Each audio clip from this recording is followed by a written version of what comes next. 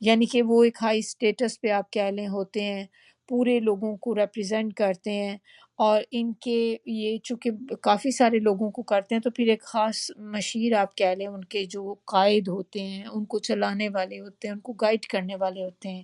تو ان کو جب آپ دیکھتے ہیں تو اس سے آپ کی آنکھیں بھی اور دل بھی روب سے بھر جاتے ہیں۔ تو ملا کا جب ورڈ آئے تو آپ کے ذہن میں پھر یہ سردار فوری کلک کرنا چاہیے کہ یہ سرداروں کی کسی کی بات ہو رہی ہے۔ اب یہ کیا واقعہ ہے جو یہاں پر بتایا جا رہا ہے اس آیت کے اندر؟ یہ تقریباً 1000 برس قبل مسیح کا واقعہ ہے، بیفور کرائسٹ۔ اس وقت کیا تھا کہ بنی اسرائیل پر امالیکا نامی لوگ جو تھے وہ قابض ہو گئے، اور انہوں نے اسرائیلیوں سے ان کے اکثر علاقے جو تھے وہ چھین لیے۔ اس وقت کے ان کے جو نبی تھے ان کا نام تھا سیمیول، وہ ان کے درمیان حکومت کرتے تھے، یہ والے نبی جو تھے۔ تو بنی اسرائیل جو تھے حضرت موسیٰ علیہ السلام کے بعد، تو یہ وہ واقعہ ہے کہ جب حضرت موسیٰ علیہ السلام ان کے اندر تھے اور ان کو پہلے لے کر ہم نے دیکھا تھا کہ فرعون سے نجات دلائی، پھر وہ اس کے بعد آگے کتنا عرصہ ان کے ساتھ وہ 40 سال تک وہاں پہ رہے جو اس وادی میں تھے، وادی عتیق کے اندر۔ تو پھر موسیٰ علیہ السلام کی جب ڈیتھ ہوئی تو اس کے بعد کچھ عرصہ تک تو یہ لوگ ٹھیک رہے، بنی اسرائیل جو تھے۔ پھر آہستہ آہستہ کیا ہوا کہ یہ اپنے دین سے پھرنا شروع ہو گئے، اور پھر انہوں نے اپنے دین میں بہت سی بدعات جو تھی وہ ایجاد کر لیں، اور اسی طرح شرک بھی شروع کر دیا، انہوں نے بتوں کی پوجا شروع کر دی،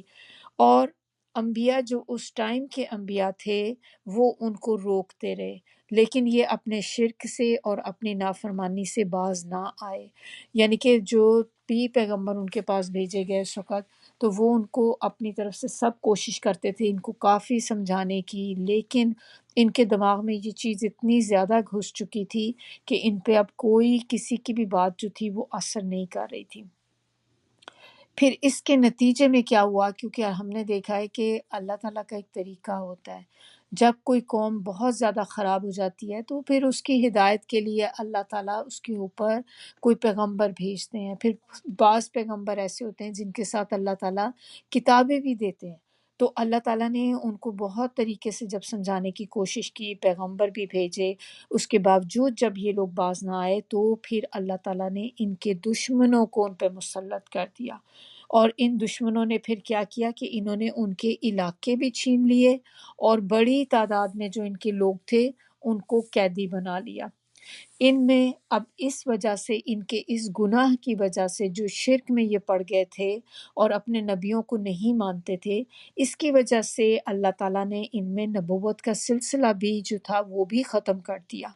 کہ جو نبیوں کا آنے کا یا نبوت جو آتی ہے کوئی بھی جیسے وحی وغیرہ، یہ ساری چیزیں اور نبی مزید بھیجنے ان کی طرف جو تھے وہ منقطع ہو گیا یہ سلسلہ۔ پھر لوگوں نے دعائیں کرنی شروع کر دیں، کیونکہ ظاہر سی بات ہے احساس ہو گیا انہیں کہ ہم نے کچھ غلط کیا ہے، پہلے ہمارے اندر بہت زیادہ نبی آیا کرتے تھے، اب اتنے سال ہو گئے کوئی نبی ہمارے میں نہیں آیا۔ تو پھر انہوں نے جو تھی کچھ لوگ ان کے جو اندر اچھے لوگ تھے انہوں نے اللہ تعالیٰ سے دعائیں مانگنی شروع کر دی کہ یا اللہ ہمارے اندر نبی کو بھیج۔ تو پھر ان کی دعاؤں کی وجہ سے یہ جو نبی تھے سیموئل وہ پیدا ہوئے۔ پھر انہوں نے ان لوگوں کے لیے دعوت اور تبلیغ کا کام شروع کیا، لیکن پھر جب ظاہر ہے وہ کرتے رہے، کافی بوڑھے جب ہو گئے تو پھر ان کی قوم نے ان سے مطالبہ کیا کہ آپ ہمارے لیے ایک بادشاہ مقرر کر دیں جس کی قیادت میں ہم دشمنوں سے لڑیں۔ اب یہاں پر جب ہم نے آیت کے اندر دیکھا کہ جو ان کے پیغمبر نے ان سے کہا کہ ممکن ہے کہ تم پہ جہاد فرض ہو جائے اور پھر تم اس کے بعد جہاد نہ کرو، تو پھر یہ بات انہوں نے کس طرح سے کہی تھی؟ وہ انہوں نے اس لیے کیونکہ ان پیغمبر تھے ظاہر ہے، اور اتنا عرصہ ان لوگوں کے اندر تھے، انہوں نے ان کے جو پہلے کے ایٹیٹیوڈ تھا ان کا،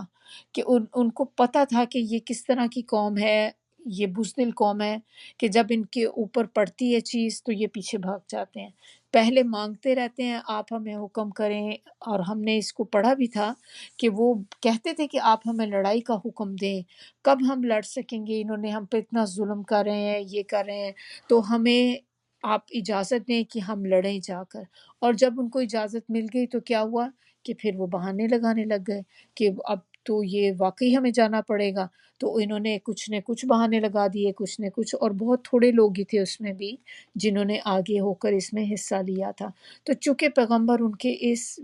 پہلے کے جو ایٹیٹیوڈ تھا، ان کو جانتے تھے کہ یہ اس قسم کا کام کرتے ہیں، تو اس کی بنا پر انہوں نے کہا تھا کہ تم مطالبہ تو کر رہے ہو، لیکن میرا اندازہ یہ ہے کہ تم اپنی بات پہ قائم نہیں رہ سکو گے۔ اور ان کے نبی سیموئل کو ان کے اصل مرض کا علم تھا، لہٰذا اس نے پھر ان سے پختہ عہد لیا کہ اگر بادشاہ میں مقرر کر دوں یا کوئی بادشاہ مقرر کر دیا جائے تو پھر تم جہاد سے فرار اختیار نہیں کرو گے، جس کے جواب میں انہوں نے یقین دلایا کہ ہم ہرگز ایسا نہیں کریں گے۔ اور پھر ہم کر بھی کیسے سکتے ہیں، آگے سے شورٹی دے رہے ہیں ان کو، اپنے پیغمبر کو ریزنز دے رہے ہیں کہ آپ نے یہ بات کہی تو یہ ہم کر بھی کیسے سکتے ہیں۔ اور کیا ہمیں اس آیت میں وہ بتایا اللہ تعالیٰ نے کہ انہوں نے کیا بولا تھا، وہ کہتے ہیں کہ ہم کیوں نہ کریں گے جہاد، ہم تو اپنے گھروں سے اجاڑے گئے ہیں اور ہم اپنے بچوں سے دور کر دیے گئے ہیں، تو ہم پہ تو بنتا بھی ہے کہ ہم جہاد کریں۔ تو یہاں پر انہوں نے پھر ان کو یہ کہہ کے اپنے پیغمبر کو یقین دلایا کہ نہیں، ایسا نہیں ہوگا، ہرگز ہم ایسا نہیں کریں گے کہ ہم پھر جائیں اپنی بات سے۔ اور دشمنوں نے ہمارے بیوی بچوں کو لونڈیاں غلام بنا کر رکھ لیا ہے کہ ہم تو ایسا سوچ بھی نہیں سکتے، لیکن اس کے باوجود جب ان پہ جہاد اللہ تعالیٰ نے فرض کیا تو پھر مختلف ہیلے بہانے جو تھے بنانے شروع کر دیے، اور وہی ان کا جو پرانی روش تھی، جو پرانا طریقہ ان کا تھا کہ جب ان کے اوپر وہ چیز لکھ دی جاتی ہے تو پھر وہ اپنے عہد سے پھر جاتے ہیں۔ تو یہاں بھی انہوں نے وہی کیا کہ وہ اپنے عہد سے پھر گئے۔ نیکسٹ آیت اس کے بعد ہمارے پاس آیا نمبر 247۔ اب 247 کے اندر بتایا جا رہا ہے کہ پھر ان کے نبی نے ان کو کہا کہ اللہ نے تمہارے لیے طالوت کو بادشاہ مقرر کیا۔ مانگ رہے تھے نا یہ کہ ہمیں بادشاہ دیں، آپ بوڑھے ہو گئے ہیں تو ہمیں کوئی ایسا بندہ چاہیے جو ہمیں کمانڈ کر سکے، ہمیں گائیڈ کر سکے کہ ہم نے آگے کس طرح سے اسٹریٹجیز کیسے اپنی اپنانی ہے، تو وہ ہر طرح سے ہمیں ایک گائیڈ کرنے والا ہوگا۔ تو اب ان کے نبی نے ان کو کہا کہ اللہ تعالیٰ نے، آپ مانگ رہے تھے تو اللہ تعالیٰ نے آپ کے لیے ایک بادشاہ مقرر کر دیا، اور وہ بادشاہ جو تھا اس کا نام تھا طالوت۔ اب وہ ان کو اور مصیبت پڑ گئی، وہ کہنے لگے کہ بھلا ہم پہ حکومت کا وہ حقدار کیسے بن سکتا ہے کہ وہ طالوت، اور وہ بھی ہم پہ حکومت کرے گا، ہمارے پہ بادشاہت کرے گا، اب ہمارا بادشاہ بنے گا، اس سے زیادہ تو ہم خود اس کے حقدار ہیں، اور اس کے پاس تو کچھ مال و دولت بھی نہیں۔ تو ان کے نبی نے کہا کہ اللہ نے تم پر حکومت کے لیے اس کی کو منتخب کیا ہے، کیونکہ وہ ذہنی اور جسمانی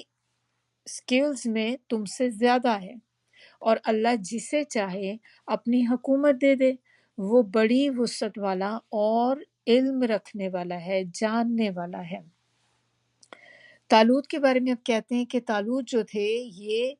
ان کی عمر اس وقت 30 ایئرس کی تھی، اور یہ بہت ہی خوبصورت، جوان اور بہت ٹال تھے، ہائٹ بھی بہت زیادہ تھی ان کی۔ اب اس پر کئی لوگوں نے ان پر جو اعتراض کیا اس کی ریزن کیا تھی کہ وہ چاہتے تھے کہ کوئی ایسا بندہ ہم پہ آتا، کہ کیونکہ بادشاہوں سے آپ کے ذہن میں ہمیشہ کیا آتا ہے کہ بادشاہ ہوتے ہیں ان کے پاس بہت زیادہ مال و دولت ہوتا ہے، تو اب جب جو طالوت تھے ان کے پاس تو نہ تو مال تھا نہ ہی کوئی دولت تھی، اور یہ اس طرح کے تو ٹھاٹ نہیں تھے ان کے جو بادشاہوں کے ٹھاٹ ہوتے ہیں۔ تو پھر ان کو یہ اعتراض ہوا کہ یہ کیسے ہمارا بادشاہ بن سکتا ہے، اس کے پاس تو کچھ بھی نہیں ہے، اس سے تو زیادہ ہم حقدار ہیں کہ اللہ تعالیٰ ہم میں سے کسی کو بادشاہ بنا دیتا کہ ہمارے پاس زیادہ ان سے پیسہ ہے۔ تو پھر اللہ تعالیٰ نے کہا کہ یہ اس وجہ سے اللہ کا انتخاب جو ہے وہ دولت کی وجہ سے نہیں ہوتا، اور ان کے پیغمبر نے بھی ان کو یہ کہا کہ یہ میری چوائس نہیں ہے، کہ یہ میرا انتخاب نہیں ہے کہ میں پک کروں کسی کو، یہ اللہ کی چوائس ہے، اللہ نے اس کو چوز کیا ہے آپ لوگوں کے لیے۔ اور پھر قیادت کے لیے ضروری نہیں ہوتا کہ صرف مال و دولت ہی چاہیے ہوتی ہے، اس کے لیے انسان کی ذہنی اور جسمانی صلاحیتوں کی بھی ضرورت ہوتی ہے، جو بلکہ زیادہ امپورٹنٹ ہوتی ہیں۔ کہ ایک بادشاہ تو ہے، اس کے پاس مال دولت تو بہت ہے، لیکن اس کے پاس دماغ ہی نہیں ہے،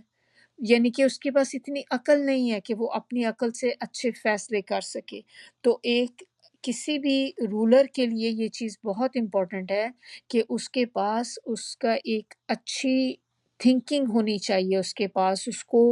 عقل مند جس کو ہم کہتے ہیں کہ عقل مند ہونا چاہیے، اس کے پاس حکمت ہونی چاہیے تاکہ وہ آگے کی ڈیسیجن کر سکے۔ اللہ تعالیٰ کے لیے یہاں پہ صفت آئی ہے واسع کی اور علیم۔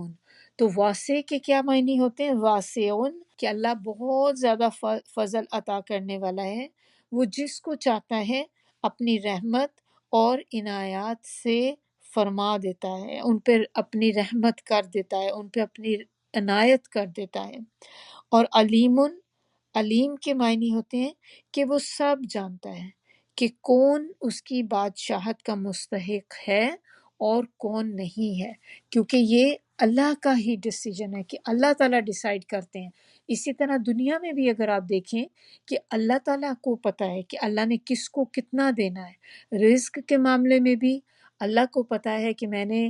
اس بندے کو زیادہ دینا ہے، اس کو کم دینا ہے۔ ہم جب دیکھتے ہیں بعض اوقات تو ہمارے ذہن میں یہ چیز آتی ہے کہ ایسا کیوں ہے کہ کچھ لوگوں کے پاس تو بہت زیادہ اتنا رزق ہے، اتنا مال ہے کہ ان کو یہ بھی نہیں پتا ہوگا کہ ان کے پاس کتنی چیزیں کہاں کہاں رکھی ہوئی ہیں، اور کچھ لوگ ہیں وہ اتنی غربت کا شکار ہیں کہ ان کے پاس 2 وقت کھانے کے لیے کچھ نہیں ہے۔ تو ہم اس میں کچھ بھی نہیں کہہ سکتے کیونکہ یہ اللہ کے اختیار میں سارا کچھ ہے، اور اللہ تعالیٰ ہی ہے جس کو جتنا رزق چاہتا ہے عطا کرتا ہے۔ اللہ کی حکمت ہے، یہ اللہ کا ظلم نہیں ہے کہ اللہ تعالیٰ کسی کے ساتھ انجسٹ ہو رہا ہے، اللہ تعالیٰ کسی کو زیادہ فیور کرتے ہیں کسی کو کم کرتے ہیں، بلکہ اللہ کو پتہ ہے کہ اس نے کس کو زیادہ دینا ہے کس کو کم دینا ہے، اور یہی آزمائش ہے۔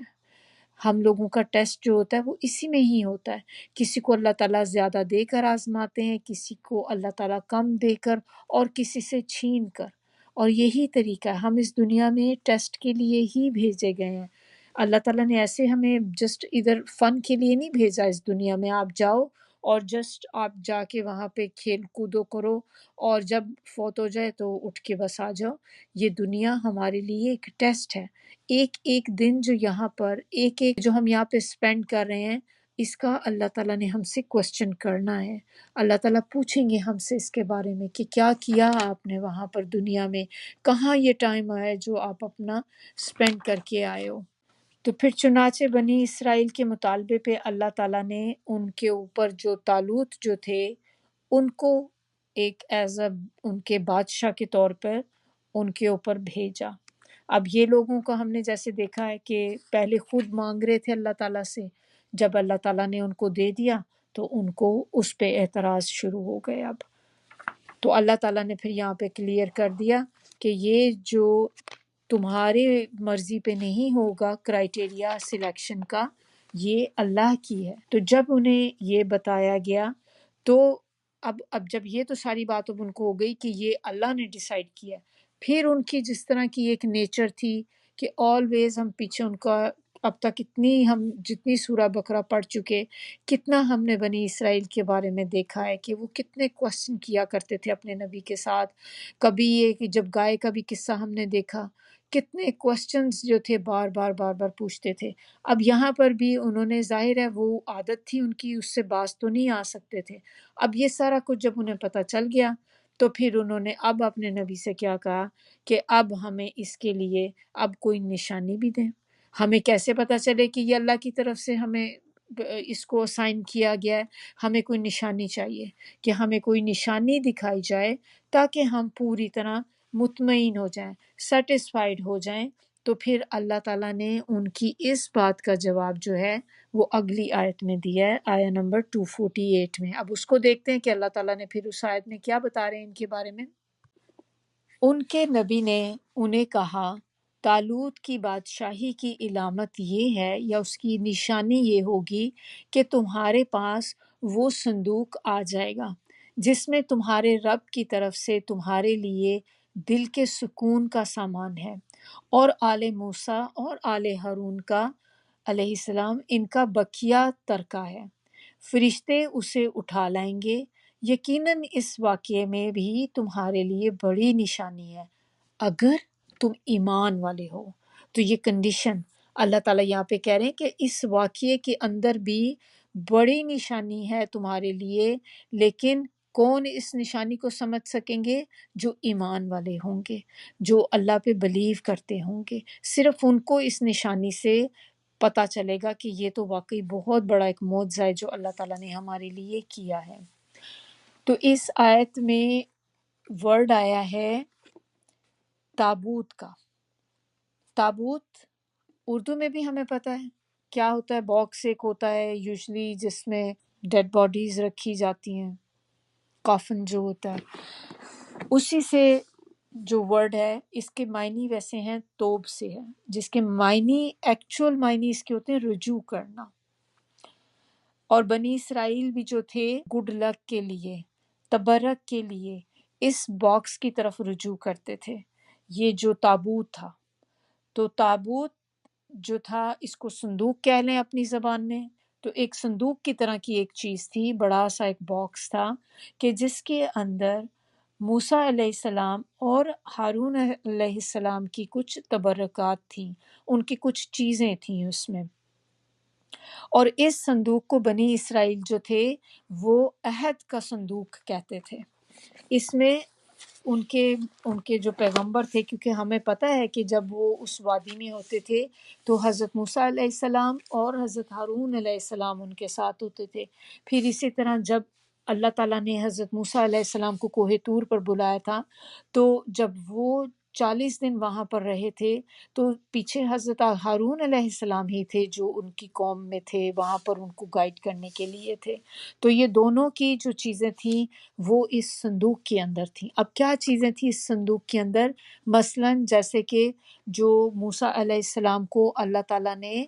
جو کوہ طور کے اوپر جب 40 ڈیز کے لیے وہاں پر ان کو بلایا تھا، تو اللہ تعالیٰ نے ان کو کچھ سلیٹس دی تھیں، تختیاں جو ہوتی ہیں نا، کہتے ہیں کہ وہ زمرد کی تختیاں بنی ہوئی تھی جن کے اوپر تورات جو تھی وہ ان تختیوں کے اوپر لکھی ہوئی تھی۔ تو یہ بھی اس کے اندر تھے، صندوق میں پڑی ہوئی تھی۔ پھر اس کے علاوہ تورات کا وہ اصل نسخہ جسے موسیٰ علیہ السلام نے خود لکھوایا تھا وہ بھی اس کے اندر تھا، اور ایک بوتل تھی کہ جس کے اندر من تھا۔ اب من کیا ہوتا ہے؟ یہ من آپ کو یاد ہوگا، من و سلوہ کہتے ہیں کہ من اور سلوہ، سلوہ تو برڈز ہوتے تھے نا ان کے لیے جو اللہ تعالیٰ آسمان سے کھانا اترتا تھا ان کے لیے،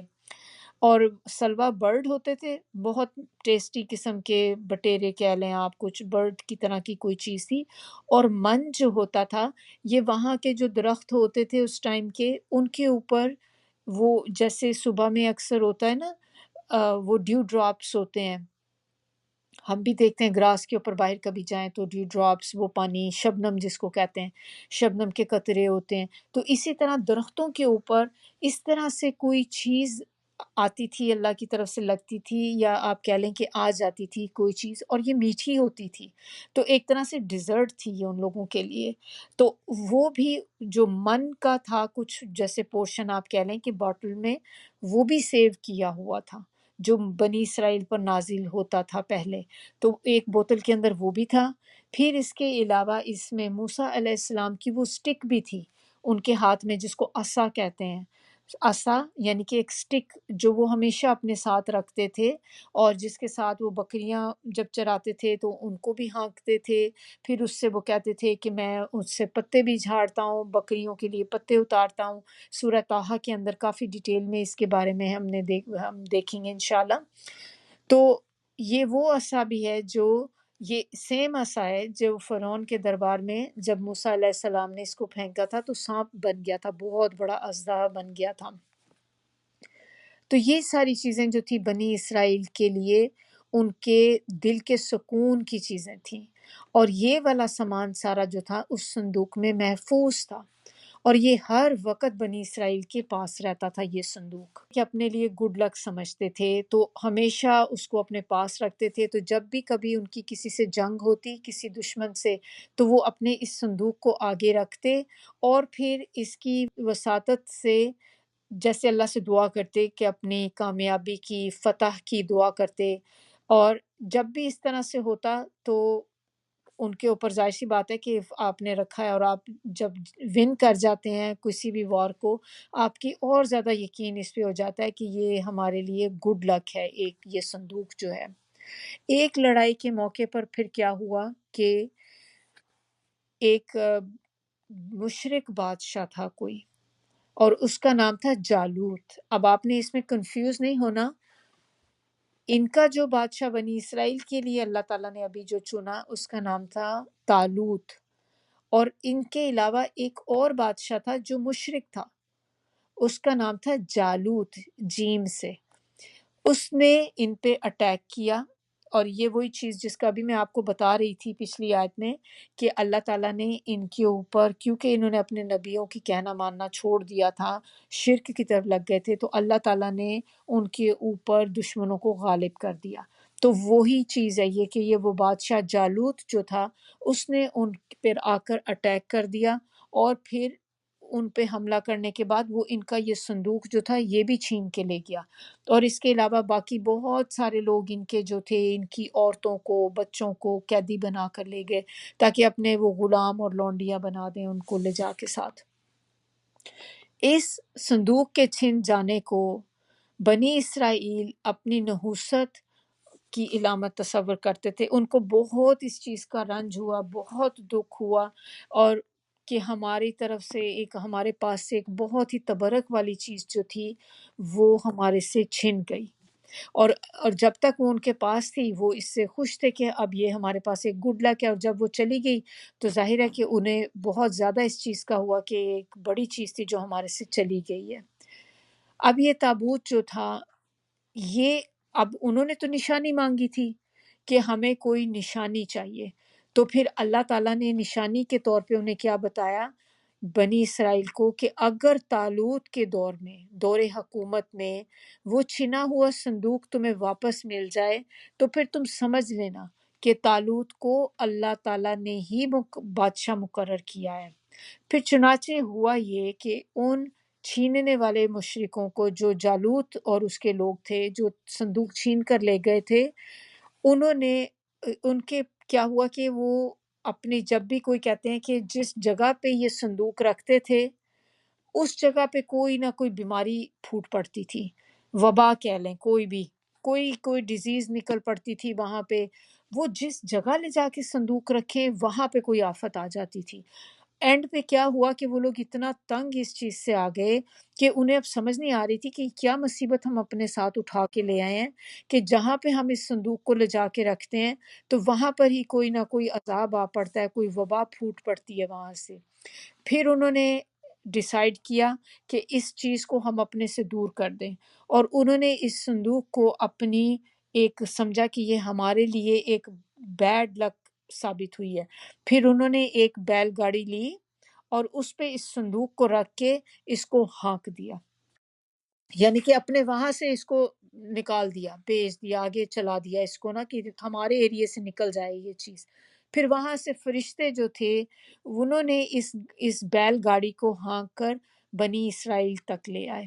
اور اسے طالوت کے گھر کے سامنے چھوڑ گئے۔ اس طرح ایک طرف تو اللہ تعالیٰ کی طرف سے بنی اسرائیل پہ تمام حجت ہو گئی، اور دوسری طرف بنی اسرائیل کے حوصلے بلند ہو گئے، اور اس وجہ سے انہوں نے پھر طالوت کو اپنا بادشاہ تسلیم کر لیا، کیونکہ وہ مانگ رہے تھے نا اللہ تعالیٰ سے کہ ہمیں کوئی نشانی چاہیے، ہمیں پتہ چلے کہ یہی واقعی وہ ہے جسے آپ نے ہمارے لیے اسائن کیا ہے۔ تو دیکھیں اللہ تعالیٰ کی قدرت، کس طرح سے اللہ تعالیٰ نے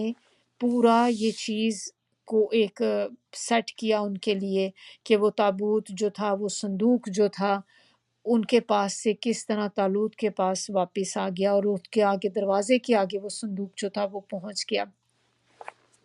اس کی وجہ سے پھر ان کو جو تھا اس بات کا یقین آیا. سکینت کا ورڈ یہاں پر آیا ہے اس آیت کے اندر کہ جس صندوق میں ان کے لیے سکینت تھی.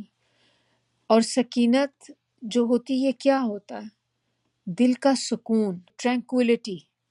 کہتے ہیں نا جب آپ کو بہت زیادہ آپ کو ایسے فیل ہوتا ہے کہ آپ کے دل میں بالکل ایک اطمینان، ایک سکون، اور یہ اللہ کی طرف سے ایک خاص چیز ہوتی ہے جو اللہ تعالیٰ اپنے خاص بندوں پہ نازل کرتا ہے، ہر کسی پہ نہیں ہوتی. میجورٹی لوگوں کو اگر آپ دیکھیں، باہر کسی سے بات کریں، آپ کو کیا کہتے ہوئے ملتے ہیں؟ لوگ یہی کہتے نظر آتے ہیں کہ بس جی سب کچھ ہے، پیسہ بھی بہت ہے. خاص طور پہ جو لوگ جو بہت امیر ہوتے ہیں، ان کے پاس بہت پیسہ ہوتا ہے، ہم یہ سمجھتے ہیں کہ جب کسی کے پاس بہت زیادہ پیسہ ہے تو ظاہر ہے وہ اتنا خوش بھی ہوں گے، ان کو اتنا ہی سکون ہوتا ہوگا کہ کوئی کسی چیز کی فکر ہی نہیں ان کو ہوتی. لیکن اس کے باوجود بھی اگر آپ دیکھیں، جیسے بہت سیلیبریٹیز کو بھی آپ دیکھیں کہ ان کے پاس اللہ تعالیٰ نے کتنا فیم ان کو دیا ہوتا ہے، اتنی دولت ان کے پاس ہوتی ہے، وہ اتنے فیمس ہوتے ہیں، اس کے باوجود وہ اندر سے کتنے بروکن ہوتے ہیں کہ ہمیں بعض اوقات کتنے ہی لوگوں کے بارے میں پتہ چلتا ہے کہ کتنے ڈپریشن میں ہوتے ہیں وہ لوگ. تو یہ سکینت جو ہوتی ہے، اب ہم نے کیا دیکھا یہاں پہ کہ سکینت اللہ تعالیٰ خاص لوگوں پہ نازل کرتے ہیں، اور یہ اللہ کی ایک خاص نصرت ہوتی ہے، خاص فتح ہوتی ہے، خاص ایک بلیسنگ ہوتی ہے، اللہ تعالیٰ اپنے خاص بندوں پر نازل کرتا ہے. اور اس سے ایک چیز اور بھی کیا ہوتی ہے کہ سکینت ایک تو ہمیں ویسی دل میں جو ایک ہمارے آتا ہے، لیکن اس کی ایک اور چیز بھی یہ کرتی ہے سکینت. آپ کو یاد ہوگا، شاید آپ نے کسی نے سیرہ میں پڑھا ہو کہ جنگ بدر کے موقع پر بھی اللہ تعالیٰ نے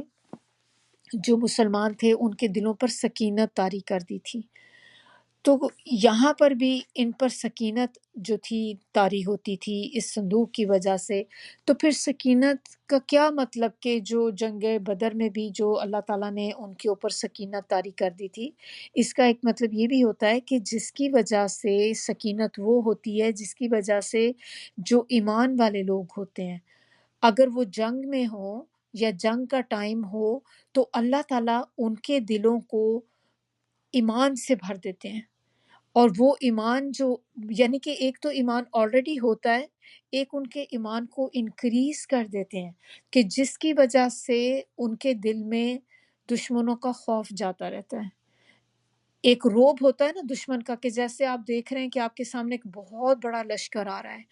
اتنے زیادہ فوج ہے اور آپ کے پاس صرف تھوڑے سے ہینڈ فل لوگ ہیں، تو ایک آٹومیٹکلی انسان کے دل میں یہ چیز آتی ہے کہ وہ اتنی بڑی فوج کا ہم تھوڑے سے لوگ کیسے مقابلہ کریں گے. تو جیسے ہمیں پتہ ہے جنگ بدر کے اندر بھی وہ تقریباً کتنے ہزاروں کے اندر وہ لوگ تھے جو مشرکین مکہ تھے جنہوں نے اٹیک کیا تھا، جبکہ ان کے مقابلے میں جو مسلمان تھے وہ صرف 313 تھے. اب آپ جب دیکھیں کہ 100 میں تھوڑے سے لوگ اور کہاں تھاؤزنڈز کے ساتھ، تو ایک دم سے انسان جو ہوتا ہے وہ ہمت ہار دیتا ہے، وہ کہتا ہے کہ ہم ان کا مقابلہ کسی صورت نہیں کر سکتے. اور لیکن اللہ تعالیٰ نے وہاں پر ان کے ساتھ کیا کیا تھا کہ مسلمانوں کو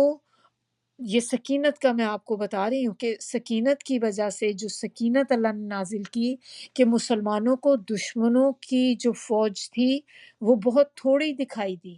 وہ سمجھے یہ تو بہت تھوڑے سے لوگ ہیں، جس کی وجہ سے مسلمانوں کے حوصلے جو تھے وہ بلند ہو گئے. اور اسی طرح وہ جو دشمن تھے جو ہزاروں کی تعداد میں تھے اور مسلمان تھوڑے سے تھے، تو ان کو وہ مسلمان جو تھے وہ بہت زیادہ نظر آنے شروع ہو گئے کہ ان کے دل میں مسلمانوں کا رعب آ گیا کہ یہ تو اتنے بڑے نمبر میں آ گئے، اتنا بڑا گروپ ہے ان کا. تو کس طرح اللہ تعالیٰ دیکھیں کبھی بھی جب چاہیں اللہ تعالیٰ کچھ بھی کر سکتے ہیں، یہ ایک پرسیپشن ہے. اور اللہ تعالیٰ جس طرح سے چاہیں، اللہ تعالیٰ جو دکھانا چاہتا ہے اللہ تعالیٰ وہی دکھاتے ہیں، چاہے حقیقت کچھ بھی ہو آگے. تو اسی طرح ان کے اوپر بھی اللہ تعالیٰ نے جو سکینت ان پہ نازل ہوتی تھی کہ ان کی وجہ سے ان کے دل سے دشمن کا خوف جو تھا وہ نکل جاتا تھا جب لڑائی ہوتی تھی، اور ان کے دل جو تھے وہ امید سے بھر جاتے تھے۔ اب سکینت کے بارے میں حدیث میں پھر آپ لوگوں کے ساتھ شیئر کرنا چاہوں گی کہ اس میں بھی سکینت کا ذکر آتا ہے۔ ہو سکتا ہے آپ میں سے بہت سے لوگوں نے گیس کر لیا ہو اس چیز کو۔ تو یہ وہ فرشتے ہیں، کہتے ہیں کہ کچھ فرشتے جیسے ہمیں پتہ ہے نا کہ اللہ تعالیٰ کے فرشتے جو ہیں ان کی ڈیفرنٹ ڈیوٹیز ہوتی ہیں، کوئی بارش کا فرشتہ ہے، کوئی جیسے ملک الموت ہے ہماری جو روح قبض کرنے کے لیے آتے ہیں، پھر اسی طرح کرام کاتبین ہے، تو اسی طرح کچھ فرشتے ایسے ہیں جو بس گھومتے رہتے ہیں اور وہ اس تلاش میں ہوتے ہیں کہ ہمیں کہیں کوئی ایسی جگہ مل جائے جہاں پر لوگ اللہ کی عبادت کر رہے ہوں، اللہ کا کلام پڑھ رہے ہوں، اللہ کی کتاب کو سیکھ رہے ہوں، اللہ کے دین کو سیکھ رہے ہوں۔ کہیں پہ بھی جیسے حلقاز ہوتے ہیں، ایسی محفلیں ہوتی ہیں جہاں پر اللہ کی قرآن کو پڑھا جاتا ہے، قرآن کو سیکھا جاتا ہے، دین کو سیکھا جاتا ہے، تو ایسی محفلوں کو جیسے ہی ان فرشتوں کو ایسی کوئی محفل ملتی ہے تو یہ اس جگہ کو گھیر لیتے ہیں اور یہ سب آ کر وہاں بیٹھ کر سننا شروع کر دیتے ہیں، اور جب یہ وہاں پر بیٹھ کر سنتے ہیں کہتے ہیں کہ اس وقت وہاں پر آپ کو ایک تھوڑی سی بھی جگہ ایسی نہیں ملتی جو خالی ہو، کہ جہاں پر فرشتہ نہ ہو کوئی۔ ہمیں چونکہ فرشتے نظر نہیں آتے اس لیے ہمیں اس چیز کا احساس نہیں ہوتا، لیکن وہ پوری جگہ کو فرشتے گھیر لیتے ہیں، اور جب وہ محفل ختم ہو جاتی ہے پھر وہ اللہ تعالیٰ کی طرف سے جتنے بھی لوگ وہاں پر ہوتے ہیں ان کے اوپر سکینت طاری ہو جاتی ہے۔ وہ سکینت یعنی کہ وہ ایک سکون ان کے اوپر آ جاتا ہے۔ اب اس کو آپ اس طرح سے دیکھیں کہ اس وقت ہماری بھی جو ہم یہاں پر بیٹھ کر کلاس کر رہے ہیں، ہم ایک اللہ تعالیٰ کی چیز کو لرن کر رہے ہیں، اللہ کی بہت ہی ایک تبرک والی کتاب آپ کہہ لیں کہ بہت ہی بلیسڈ بک، اللہ کے جو ڈائریکٹ الفاظ ہیں، ہم اللہ کے الفاظ کو سیکھنے کی کوشش کر رہے ہیں۔ تو اس وقت بھی ہمارے ارد گرد، ہم سب کے ارد گرد جو ہیں فرشتے جمع ہوں گے، آپ کے پاس بھی، میرے پاس بھی۔ اور کبھی آپ نے غور کیا ہے کہ جب ہم ایسے حلقاز میں ہوتے ہیں، ہم ایسی کلاسز میں ہوتے ہیں، تو جتنے وقت تک ہم وہاں پہ بیٹھے ہوتے ہیں اس وقت تک آپ دیکھیں کہ ہمارا دل کیسے سکون سے بھرا ہوا ہوتا ہے۔ آپ کو سب کو اپنی اپنی پریشانیاں بھول جاتی ہیں تھوڑی دیر کے لیے۔ یہ اللہ تعالیٰ کی طرف سے ایک سکینت ہوتی جو اللہ تعالیٰ نازل کرتے ہیں، اور پھر اس کے بعد کیا ہوتا ہے کہ وہ سارے لوگوں کی اللہ تعالیٰ بخشش فرما دیتے ہیں جتنے لوگ اس وقت اس کلاس میں موجود ہوتے ہیں۔ سبحان اللہ، سبحان اللہ، کتنی بلیسنگ ہے اللہ تعالیٰ کی ہم لوگوں کے اوپر، کہ اللہ تعالیٰ نے کتنے موقع ہم لوگوں کو دیے ہیں کہ اللہ تعالیٰ کے بارے میں اگر کوئی یہ کہے کہ اللہ تعالیٰ ظالم ہے، اللہ ظلم کرتے ہیں، تو آپ دیکھیں کہ کیسے ممکن ہو سکتا ہے کہ جس اللہ نے ہمارے لیے اتنے مواقع ہمیں دیے کہ کسی طرح بس میرے بندے جنت میں پہنچ جائیں۔ اللہ تعالیٰ ہمیں توفیق دے کہ ہم بھی اللہ کے ساتھ اچھا گمان کرنے والے ہوں، کبھی بھی اللہ نہ کرے کہ ہمارے دل میں اللہ کی طرف سے برا گمان آئے۔ اب یہ سارے واقعہ جو ہم نے دیکھا یہاں پر، اس واقعے سے اب ہمیں ایک بات تو پتہ چلتی ہے فور شور کہ جو پیغمبر ہوتے ہیں، انبیاء ہوتے ہیں، ان کے تبرکات ہوتے ہیں، اور یہ تبرکات جو ہوتے ہیں یقیناً ظاہر سی بات ہے کہ تبرکات وہ خود سے تو نہیں کوئی چیز کرتے نا، کہ وہ کہتے ہیں کہ یہ میرے پاس چیز ہے بڑی، اس میں جیسے معجزات ان کو اللہ تعالیٰ دیتے ہیں، تو وہ ان کی اپنی تو ایسی نہیں ہوتی کہ وہ خود سے کوئی معجزہ کر سکیں۔ تو جو بھی پیغمبروں کو معجزات جتنے بھی ملے وہ سب اللہ ہی نے ان کو دیے تھے، وہ اللہ ہی کے اذن سے وہ معجزے دکھا سکتے ہیں، اور اللہ کا اذن نہ ہو تو وہ نہیں ایسی کوئی بھی چیز کر سکتے۔ تو پھر یہ چیزوں میں جو تبرکات تھے، بیسیکلی جو برکت پڑتی ہے، یہ بھی اللہ ہی کے اذن سے تھی، اور اسی وجہ سے پھر ان کی اہمیت بھی ہے، کیونکہ جب اللہ نے ان کو یہ چیز عطا کی ہے تو ہمارے لیے بھی وہ چیز پھر اتنی ہی امپورٹنٹ ہے۔